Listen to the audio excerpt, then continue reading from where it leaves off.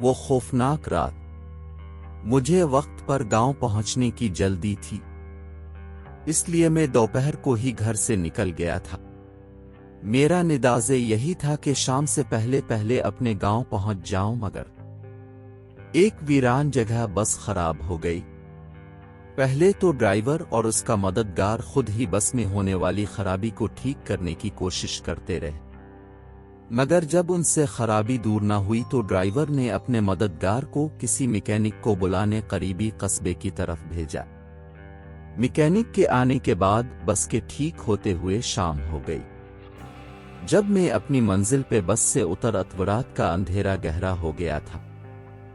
گاؤں تک پہنچنے کے لیے مجھے ایک کچے راستے پر چلنا تھا۔ اس راستے پر ابھی مجھے 3 کلومیٹر پیدل سفر کرنا تھا۔ میں بڑی سڑک سے آتر کے گاؤں جانے والے اس راستے پر چل دیا۔ اس وقت آسمان پہ چاند تھا نہ اس کی چاندنی۔ ستاروں کی ٹمٹماتی روشنی نے ماحول کو خوفناک اور پراسرار بنا دیا تھا۔ رات کے سناٹے میں اکیلے سفر کا یہ میرا پہلا اتفاق تھا۔ میرا دل زور زور سے دھڑک رہا تھا، اور اس خاموشی میں مجھے اپنے دل کی دھڑکن صاف سنائی دے رہی تھی۔ ابھی میں تھوڑا سا راستہ ہی طے کر سکا تھا کہ اچانک ایک الونے میرے سر کے عین اوپر رات کے سناٹے میں اور پر پھڑپھڑاتا ہوا ایک درخت سے اڑ کر دوسرے درخت پر جا بیٹھا۔ رات کے سناٹے میں الو کی خوفناک آواز سے میں بری طرح ڈر گیا اور خوفناک زدہ نظروں سے آدیر الفادیر دیکھنے لگا۔ اسی وقت جھاڑیوں میں سرسراہٹ سی ہوئی، میں نے چونک کر دیکھا۔ اونچی اونچی جھاڑیوں کے پیچھے کوئی کھڑا تھا۔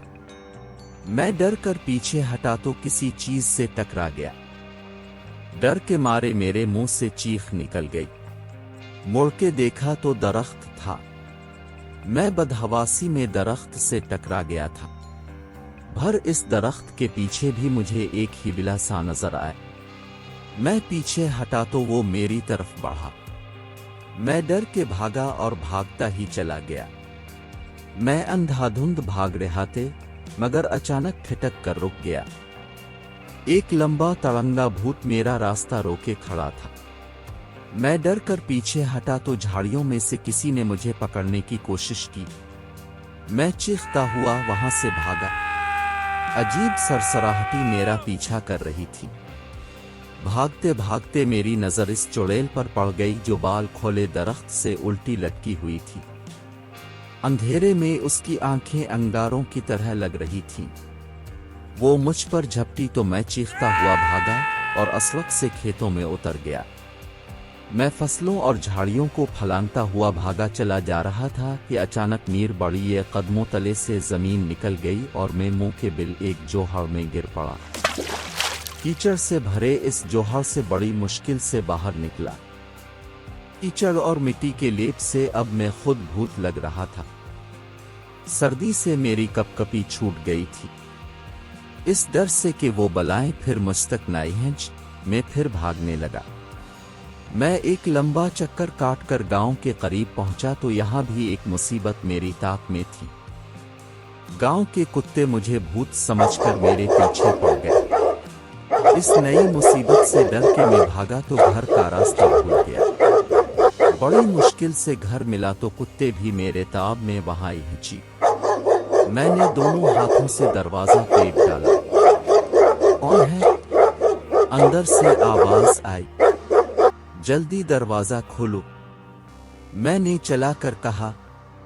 میرے چچا زاد بھائی نے دروازہ کھولا، مگر میری صورت دیکھ کر گھبرا کر پیچھے ہٹا۔ میں جلدی سے اندر داخل ہو گیا کیونکہ کتے بری طرح بھونکتے ہوئے مجھ پر جھپٹ رہے تھے۔ کون ہو تم؟ میرے چچا زاد بھائی نے لرزتی ہوئی آواز میں پوچھا۔ اتنے میں گھر کے دوسرے لوگ بھی اٹھ کر وہاں آ گئے۔ وہ بھی مجھے دیکھ کر ڈر گئے، مگر جب میں نے اپنا نام بتایا تو بڑی مشکل سے انہوں نے مجھے پہچانا۔ چچا جان نے پوچھا، یہ کیا ہوا؟ کچھ بلائیں میرے پیچھے لگ گئی تھیں۔ میں نے بتایا۔ کیا؟ سب حیرت سے میرا منہ تکنے لگے۔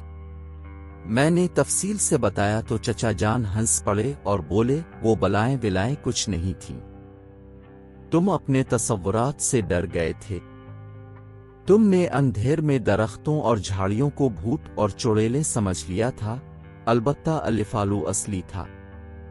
جب میرے اوسان ذرا بحال ہوئے تو میں نے سوچا چچا جان ٹھیک کہہ رہے، یہ میرے تصورات ہی تھے جو اندھیرے میں بھوتوں اور چڑیلوں کا روپ دھار گئے تھے، کیونکہ میں ہر وقت بھوتوں اور چڑیلوں کی کہانیاں پڑھتا رہتا تھا۔ انہی خیالی بھوتوں اور چڑیلوں نے آج مجھے سچ مچ ڈرا دیا تھا۔ اف خدایا، تو یہ سب میرے تصور کا کرشمہ تھا، میں نے سر تھام کر کہا۔